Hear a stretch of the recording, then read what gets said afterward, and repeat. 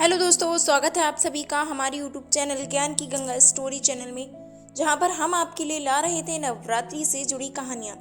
आज जब नवरात्रि समापन की ओर हैं तो लोगों को यही जानना है कि कन्या पूजन के बाद जो हमने चौकी सजाई थी उसका हम क्या करें, कलश का क्या करें, उस पर रखे अन्य और सामान का हम क्या करें। तो आज हम इस वीडियो में आपको बताने वाले हैं कि कन्या पूजन के बाद चौकी पर रखे कलश का क्या करें। पूर्ण फल के लिए जान लें व्रत समापन का सही तरीका। कन्या पूजन के बाद ही नवरात्रि व्रत संपूर्ण माना जाता है। इसके बाद माता की चौकी पर स्थापित कलश का क्या किया जाए, इसके बारे में लोगों को ज़्यादा जानकारी नहीं होती, इसलिए आज इन्हीं सब सही विधि जानते हैं इनकी। पूरे 9 दिनों की धूमधाम और पूजा पाठ के बाद अब शारदीय नवरात्रि का पर्व समापन की ओर बढ़ गया है।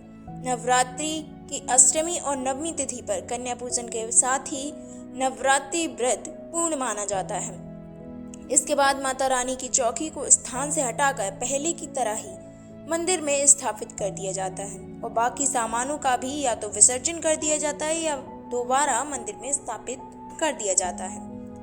माता की चौकी पर 9 दिनों के लिए एक कलश की स्थापना भी की जाती है। कन्या पूजन के बाद इस कलश का क्या किया जाना चाहिए, जानकारी बहुत ही कम लोगों को होती है। तो चलिए जानते हैं कि कलश का कैसे हम विसर्जन करें। नवरात्रि के पहले दिन घट स्थापना यानी कलश की स्थापना की जाती है। इसके बिना नवरात्रि अधूरी होती है। पूरे 9 दिनों की पूजा के बाद जब कन्या पूजन के साथ ही पर्व समाप्ति की ओर बढ़ता है, तब इस कलश को भी चौकी से हटा दिया जाता है। इसके लिए सबसे पहले कलश के ऊपर रखी नारियल चुनरी को हटाकर अलग कर लें। इसके बाद दशमी के दिन किसी स्वच्छ जल में प्रवाहित कर दें। हालांकि हमेशा ध्यान रखें कि कलश का विसर्जन कन्या पूजन के बाद ही करें। कन्या पूजन से पहले कलश का विसर्जन करना नहीं चाहिए। अब जानते हैं कि कलश पर रखे नारियल का क्या करें। तो पूजा समाप्त होने के बाद कलश पर रखे नारियल को आप प्रसाद स्वरूप किसी लाल कपड़े में बांधकर अपनी तिजोरी या जहाँ पर भी आप अपना धन रखते हैं बाहर रख दें, क्योंकि कलश के ऊपर रखे नारियल को श्रीधर कहा जाता है। श्री मतलब लक्ष्मी, और उसमें लक्ष्मी का वास होता है। उसमें बहुत दिनों की 9 दिनों की जो आपने पूजा तपस्या की होती है उसका फल उसमें होता है। अगर आप उसे तिजोरी में रखेंगे तो आपके धन में वृद्धि होगी, आर्थिक स्थिति मजबूत होगी। इसके अलावा आप इसे जल में भी प्रवाहित कर सकते हैं। कुछ लोग इस नारियल को लाल कपड़े में बांधकर घर के मुख्य द्वार पर भी लगा देते हैं। इससे घर में नेगेटिविटी का प्रवेश नहीं होता है। हालांकि ध्यान रखें कि इस नारियल को प्रसाद समझकर ना खाएं। ऐसा करना बिल्कुल भी शुभ नहीं माना जाता है। कलश में रखे हुए जल का कैसे इस्तेमाल करें, क्या करें, ये जानना होता है लोगों को। तो आज हम बताने वाले हैं कि कलश में रखे जल का हम किस प्रकार इस्तेमाल करेंगे। पूरे 9 दिन तक कलश में जल भरकर रखा जाता है। जो जल होता है उसमें हमारी 9 दिनों की तपस्या होती है। पूजा समाप्त होने के बाद आप इस जल को पूरे घर में छिड़क सकते हैं। ऐसा कहा जाता है कि जल को छिड़कने से घर की सारी नेगेटिव एनर्जी दूर हो जाती है, क्योंकि उसमें भक्ति समावेश हो जाता है। इससे हमारे घर में पॉजिटिव एनर्जी आती है। उसका 9 दिन का जो हमने जल रखा हुआ होता है उसका छिड़काव करने से हमारे घर में पॉजिटिव एनर्जी का वास होता है और घर में सकारात्मक माहौल बनता है। इसके अलावा आप इस जल को तुलसी या किसी अन्य पौधे में भी डाल सकते हैं। आपके गांव में या आप जहाँ भी रहते हैं वहाँ किसी मंदिर में आप इसको अर्पित करके आ सकते हैं। हालांकि ध्यान रखिए कि किसी भी हाल में इस जल को किसी गंदी जगह पर ना डालें। अब जानना होगा आप लोगों को कलश के नीचे रखे चावल का क्या करें भाई। तो माता की चौकी स्थापित करने के दौरान कलश के नीचे रंगे हुए चावलों की ढेरी यानी कि अष्टदल कमल बनाया जाता है। नवरात्रि समापन के बाद उसका क्या किया जाए, ये सवाल लगभग सभी के मन में आता है। तो आपको बता दें कि कलश के नीचे रखे चावल को माँ दुर्गा की मूर्ति के साथ ही विसर्जन कर देना चाहिए। अगर आप ऐसा नहीं करते तो आप पास में ही किसी दैवीय वृक्ष जैसे पीपल, आंवला आदि की मिट्टी में गाड़ दें। अगर आप ये भी नहीं करना चाहते, इसके अलावा आप क्या कर सकते हैं कि आप वो जो चावल हैं वो पक्षियों को भी खाने के लिए दे सकते हैं। अब जानते हैं कि माता की चौकी हटाने के नियम क्या हैं। कौन से नियमों का हमें पालन करना चाहिए माता की चौकी हटाते वक्त, जिससे कि माँ हमसे क्रुद्ध, हमसे नाराज ना हो।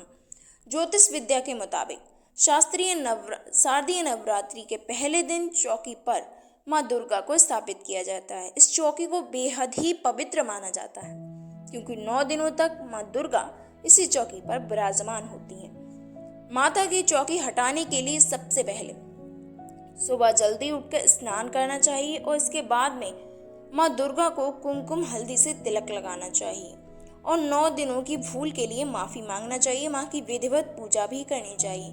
कलश और ज्वारों के विसर्जन के बाद दशहरा के दिन शुभ मुहूर्त में ही चौकी को हटाना चाहिए। चौकी को हमेशा दशमी के दिन ही हटाना चाहिए, क्योंकि नवरात्र 9 दिन के होते हैं और 9 दिन पूरे होने के बाद ही चौकी को हमें हटाना चाहिए, वरना एक छोटी सी भी गलती माँ दुर्गा को नाराज कर सकती है। नवरात्रि में कन्या पूजन के बाद शुभ मुहूर्त में माता की चौकी हटाना चाहिए। 2 बातों का विशेष ख्याल रखें कि चौकी को दशमी में ही हटाएं और दूसरा कन्या पूजन के बाद ही हटाएं। सबसे पहले कलश के नारियल और चावल को हटाना चाहिए। इस साल 12 अक्टूबर 2024 को शारदीय नवरात्रि में देवी दुर्गा की चौकी को हटाना घर में सकारात्मक ऊर्जा का प्रभाव करेगा। अगर हम 2024 की बात कर रहे हैं तो ये 12 अक्टूबर को हटाई जाएगी माता की चौकी। अगर पंचांग के अनुसार माने तो सुबह 10:58 पर आश्विन शुक्ल दशमी शुरू हो जाएगी 12 अक्टूबर में, जो अगले दिन दोपहर यानी अगले दिन 13 अक्टूबर को दोपहर 9:08 पर समाप्त होगी। ज्योतिष शास्त्र के अनुसार नवरात्रि के 9 दिनों तक घर में बेहद शुभ योग बनते हैं। इसी वजह से माता की चौकी को 9 दिनों तक स्थापित करने के बाद 10वें दिन मां के विसर्जन के बाद हटाया जाता है।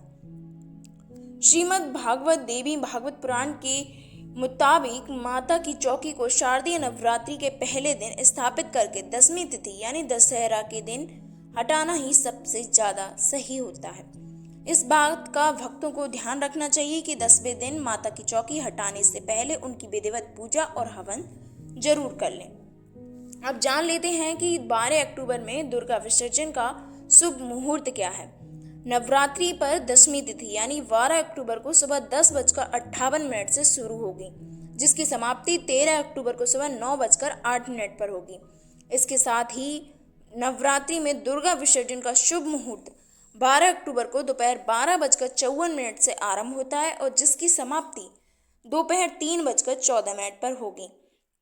इस प्रकार शुभ मुहूर्त की कुल अवधि 2 घंटे 20 मिनट तक रहेगी। कुछ लोगों की दिक्कत होती है कि भाई कलश का तो हमने सुन लिया, अब हम ज्वारों का क्या करें। तो ज्वारों को आप नवरात्रि पूजन के समापन के बाद ही ज्वारों को मिट्टी के बर्तन से बाहर निकालें और उसमें से कुछ ज्वारे पूजा स्थल पर रखने चाहिए। इसके बाद कुछ ज्वारे धन के स्थान पर रखने चाहिए, जैसे धन की तिजोरी या उस अलमारी में जहाँ पैसे आदि रखते हैं आप। इसके अलावा 1-2 ज्वारे आप अपने पर्स में भी रखें। बाकी के ज्वारों को आप अपनी ग्राम देवता या मंदिर में माँ के अर्पित कर सकते हैं।